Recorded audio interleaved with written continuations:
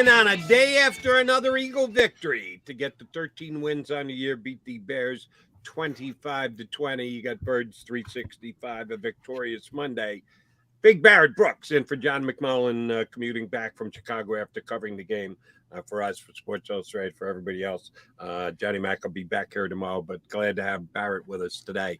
And Barrett, I want to tap into your expertise as a former NFL offensive lineman, Eagles offensive lineman.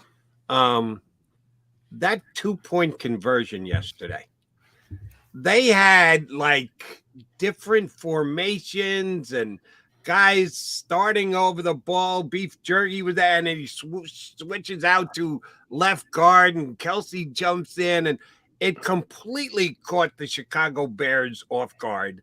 They were looking forward to the usual play that the Eagles run when they need 1 yard, and that's all they needed. Jalen Hurts up the middle, and he just powers his way into the end zone. But they had all this wacky formation stuff going and offensive linemen moving and the like. Is that something that you just – did they want to put that out there for teams to watch on tape just to make sure come playoff time, yeah, teams are going to have to at least have that in the back of their mind? That looked like a play that they'll run once this year. Am I right? Or you're absolutely right. Okay. They just threw it up against the wall, and they just want to show you can't just hone in on our bread and butter. And I mean, and that's exactly why you do those type of things. I love how, innovative this team is as far as their play calling. I mean, it's just another thing that the defense has to worry about when they go in and do their goal line, put their goal line package in. As a defensive coordinator, it drives you nuts because you don't know what they can do. You know what their bread and butter is. You already can't stop that. But now we got something else wacky to think about, wacky to see. That this Shane Steichen, man, he is very innovative in how he approaches games and implementing things. It's a luxury, but it's definitely a luxury to have a guy like Jalen Hurts that can run all the wacky stuff you want to run also, man. A luxury, but also a little bit of a risk. And for those of you just streaming in, Barrett and I talked about this at the top of the show. He carried the football a lot yesterday. Now, some of it was on himself because the RPO decisions he made, he decided to keep the football. So he took a lot of hits yesterday. And there was one in particular that he got up a little slow off the ground. Yeah, he did. My Lotta talked about after the game. They went over to try and help him up, and Jalen just said, just help me the blank up. He's a tough guy, and we all know he's a tough guy, but you would prefer not to see him get slowly up off the ground. It was a cold day yesterday, and even Jalen admitted afterwards, yeah, I wasn't quite ready and prepped to play in that kind of cold, and I had numbness in my hands, and that's why I struggled in the first half. How much does Shane Steichen have to protect Jalen Hurts? First of all, play calling in Dallas, and then we'll figure out how much of the Eagles are going to play their starters in the last couple of weeks when they've got everything on ice. But next week, they can't afford to lose Jalen Hurts at this time. Sorry, Gardner Minshew, even though that numbnuts Chris Sims said, if Gardner Minshew was playing, the Eagles would still be good. Gardner Minshew is not an MVP candidate like Jalen Hurts is. No, not even close. Do you think Steichen allows that to factor into his play calling for next week, that they need to make sure Jalen Hurts is getting that first snap come playoff time? Jody, it's it's almost like it's what came first, the chicken or the egg. Well, what makes this offense work is Jalen's ability to be who he is. And everybody talks about how good Miles Sanders is having this, how good of a year Miles Sanders is having this year. He's having a great season. But don't think it's just all Miles Sanders. It's also the threat of Jalen Hurts being there. And just that half a second when he's out there, when Jalen Hurts is out there and they're doing the read option, and that offense, the defense has the freeze for just a second, which allows Miles Sanders then to make the moves he makes, to set up the blocks he makes. All that stuff goes hand in hand. Hence, that's why they're so successful. That's why the offense is so good, because of the Jalen Hurts effect. So if you're running the read option, and he just hands it off, that defense has to freeze for a second, and that freeze right there allows Miles to get into the line, to be patient, to pick his holes, to set up his blocks. All that stuff goes hand in hand. Even as far as when you look at how defenses defend the pass. Those safeties had to make sure if they're in the box, they had to make sure what he's doing. Is he going to hand it off or is he going over the top? Those are all things that, all right, how do you defend it? It all starts off with them defending Jalen first, and then the pass, and then the run, and then this, and then that, because he's the orchestrator of that. So I can't see why people can, say, oh, it's, just this offense is great because of, they have so many weapons. It's how you get those weapons correlated into the offense is what you have to look at. I wanted to ask you about the Eagles' defensive line, because as a former offensive lineman, you had to work against a unit like that. At least 2 of the sacks they had yesterday, it might have been 3, came off stunts where they were doing the curl game on the defensive line, and the offensive linemen have to pass guys off from one to the other, and communication is an absolute key, which means the opposition fell down on the communication yesterday. Right. Because guys then got free runs at the quarterback. Now, it's a great play when it works. When it doesn't, you got guys moving. Quarterback can end up holding on to the ball 3 or 4 seconds. That was not the case on either of the 2. How difficult is that? If you're an offensive lineman, you got a team that's really good at it, got quick defensive linemen like the Eagles do, trying to protect against a stunt to keep your quarterback upright. First of all, can you imagine going against a guy like Hassan Reddick? Hassan Reddick is so quick off the ball. He gets off so fast. So as an offensive tackle, you wanted to block him. You're setting up. You just get back. You got to get back because he's so fast. So you get back as fast as you get back. And all of a sudden, he freezes for a second. As he's freezing, you've got Fletcher Cox hitting you right in the side of your face as he comes to pick you. And then Hassan is fast enough to get around and under that and get to the quarterback. It's almost as like those guys never did this or never worked those things in training camp. I'm like, what is going on? They were acting like they've never seen a twist done or something.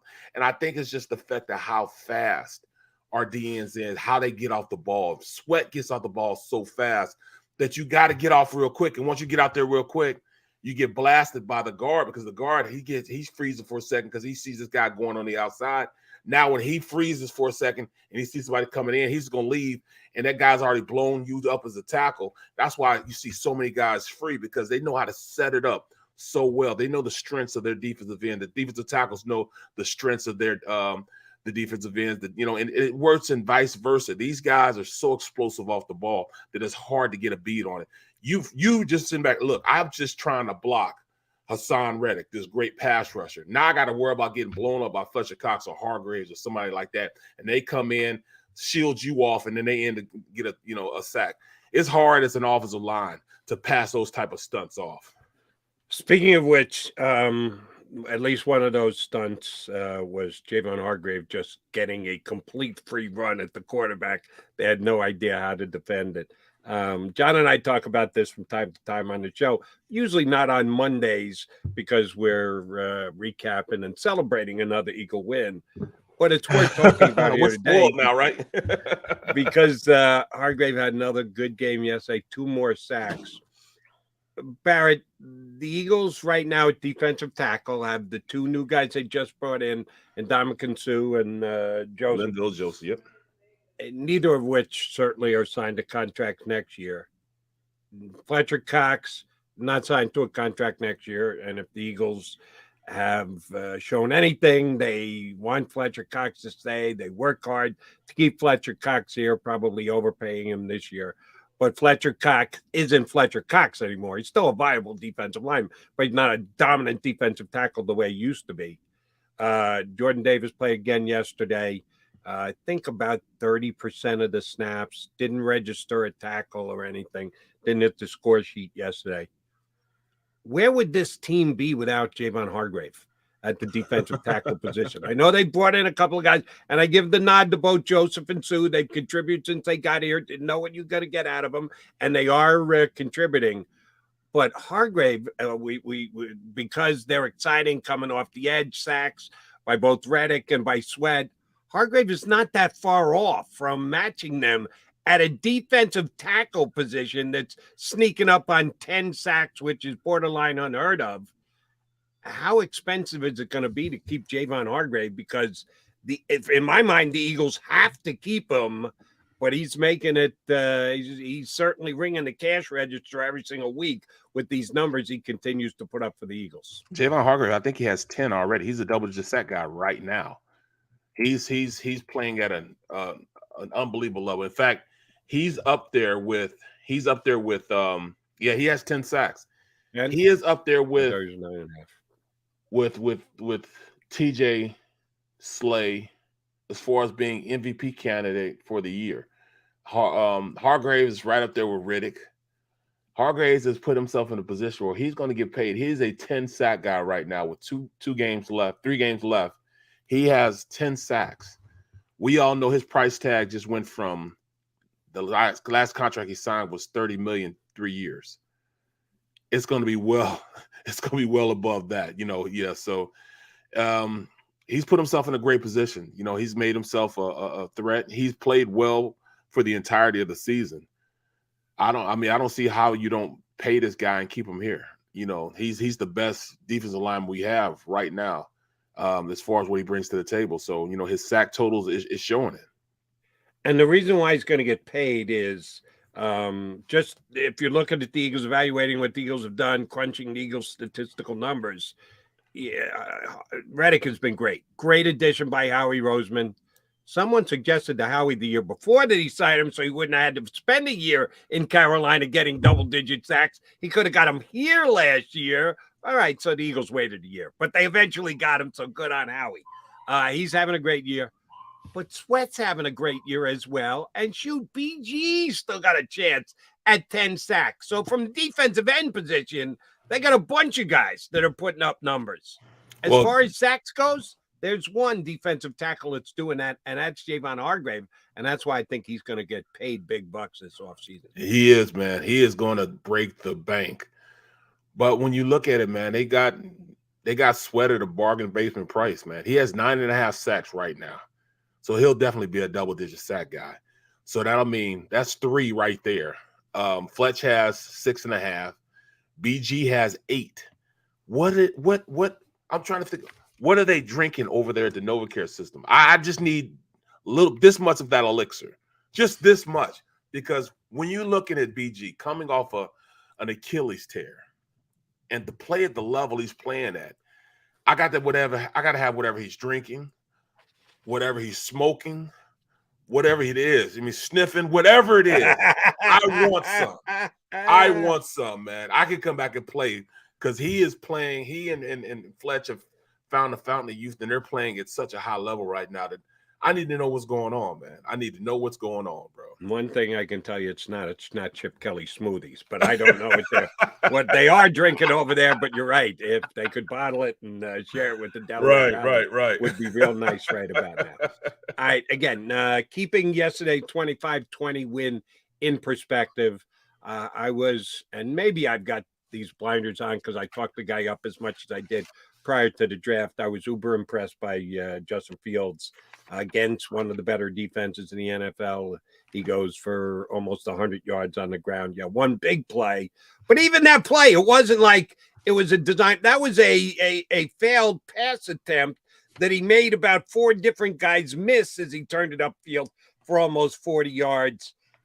I don't think the Eagles are going to – I know they're not going to face Justin Fields in the postseason. There's not another quarterback that there is a potential to face. If that's an issue that the Birds have, and oh, by the way, maybe everybody in the NFL does, the ability to control a rushing quarterback, that's something that we don't have to worry about coming up on the playoffs, do we? Because there's not a guy. Not until we get in the Super Bowl, and that's only if we're playing a team like the Buffalo Bills, because Allen is dynamic. He's not as fast, because, I mean, what we faced yesterday was an anomaly. He's a 4.4 guy. And what's crazy is he didn't run that much when he was at Ohio State. He was a straight drop back passer. But they've had, they peeked over and saw what's going on over in Philadelphia. They saw and took a page out of their playbook. See, a lot of teams now are looking at what Jalen Hurts and how they've allowed him to really harness those intangibles, implement it in the game, plus take him to another level because he can be a drop back quarterback also. And because of that, Shane Steichen is hot right now because he's using everything, every facet of Jalen Hurts' game. Those deep passes he ran yesterday that he threw and dropped them on a dime to the receivers, those are just drop back passes. Those weren't read options. That was just straight up drop back in the pocket passes that he delivered great balls to.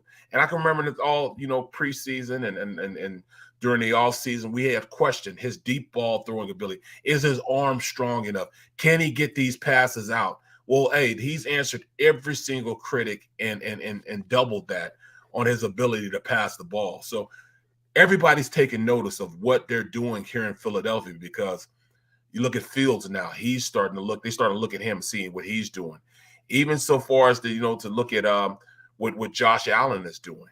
I mean, they have really constructed an offense that's almost unstoppable. The only way you stop them is to stop if they stop themselves. That's how good they look right now. All right. And again, we're praising the Eagles because they won 25-20, and Jalen Hurts got off to a slow start, but then it kicked into gear, and he made great throws down the field to both Devonta Smith and to A.J. Brown. But then there was Quez Watkins. Quez actually caught 4 balls yesterday. They threw it to him 6 times. He caught 4 of them for a grand total of 6 yards. How do you have 6 yards on 4 catches in the NFL? I know they want to try and keep the defense honest. You want to spread the ball around. They throw it as often as they did. 16 times Jalen threw it to A.J. Brown yesterday. So you got to do something else to try and keep the defense honest. What's the deal with the Quez screen game? It wasn't working yesterday, and they continue to go back to it. Why? And this was a big Andy Reid thing. The short passing game is the running game, which I never friggin' agreed with, but that's what Andy used to tell us after some of the games. I'll say this again. The pass to a wide receiver on a screenplay doesn't count as a running play. Here's a clue. Why not just hand it to Miles Sanders and actually run the ball? They continue to do the Quez screen game thing. What was that all about yesterday, Barry? I didn't quite understand. I think it's because more than likely the Bears wanted to make sure that they had at least 7-8 people in the box of their fear of running the ball. Jalen Hurts, whether Jalen Hurts running it or Miles Sanders or whoever running it. So they kept the box pretty tight. So they figured they'd have the numbers on the outside because they went man-to-man for the most part. And when you do that conceptually, if you want to run those speed screens, they think that they can get the offensive line out and get the wide receiver, the other wide receiver out there to block the guy over the screener and make a big play. Well, it didn't work because they were ready for it. They've seen it before. So once you bump your head, you tend to not do it anymore. But they just kept throwing it, and they kept bumping their head. But then they broke one with Smitty. And then they can say, all right, I told you so. Devonta Smith had a nice little screenplay, which he picked the first down. It was a crucial first down in the fourth to allow them to get that first down on third down, and kept the chains moving. That was crucial that he got that. And he's playing big boy football. That's not taking anything away from the Slim Reaper. Yes, he's a little guy, slight in stature as far as how big he is, but he's playing tough. And he went out there and made it happen on that screenplay that they've been throwing all day that failed massively in the first half and halfway through the third, but it finally worked to their advantage in the fourth. Was a big first down get by Devonta, and he did have a big game yesterday. AJ's numbers were more, and he got more targets, but it just seemed the first downs that Devonta got yesterday were key ones that helped the Eagles vault that game away. All right, he's Barrett Brooks. I'm Jody McDonald, Birds 365. J-Mac will be back tomorrow, but coming up next, we got BLG. That would be Brandon Lee Gouton of Bleeding Green Nation. He's jumping aboard Birds 365.